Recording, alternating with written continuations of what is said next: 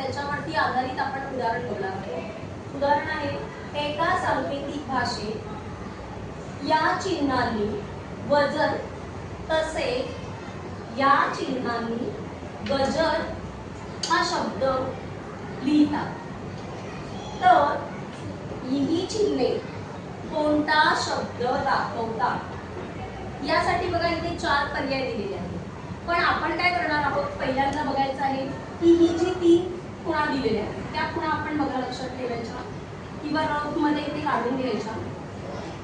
आणि मग आता इथे आपण सांकेतिक खुणा आणि अक्षर ही अशा पद्धतीने लिहिली की आपल्याला कोणतं अक्षर कोणत्या खुणांसाठी आहे ते सहज लक्षात येईल। अशा पद्धतीने मांडणी करून घ्यायची। त्यानंतर आता इथे आपल्याला विचारलेला आहे हा घटक, मग आता इथे वर्तुळ, वर्तुळासाठी कोणतं अक्षर आहे?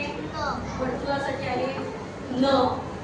त्यानंतर स्टार, चांदणीसाठी कोणतं अक्षर आहे? बघा दोन्हीकडे आहे ज, बरोबर, चांदणीसाठी आहे ज।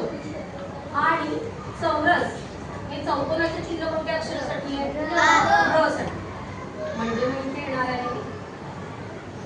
आता म्हणजेच या चिन्हांनी कोणता शब्द दाखवला जातोय? नजर, बरोबर आहे। कोणता शब्द आहे? नजर, म्हणजे पर्याय क्रमांक 4, पर्याय क्रमांक 4।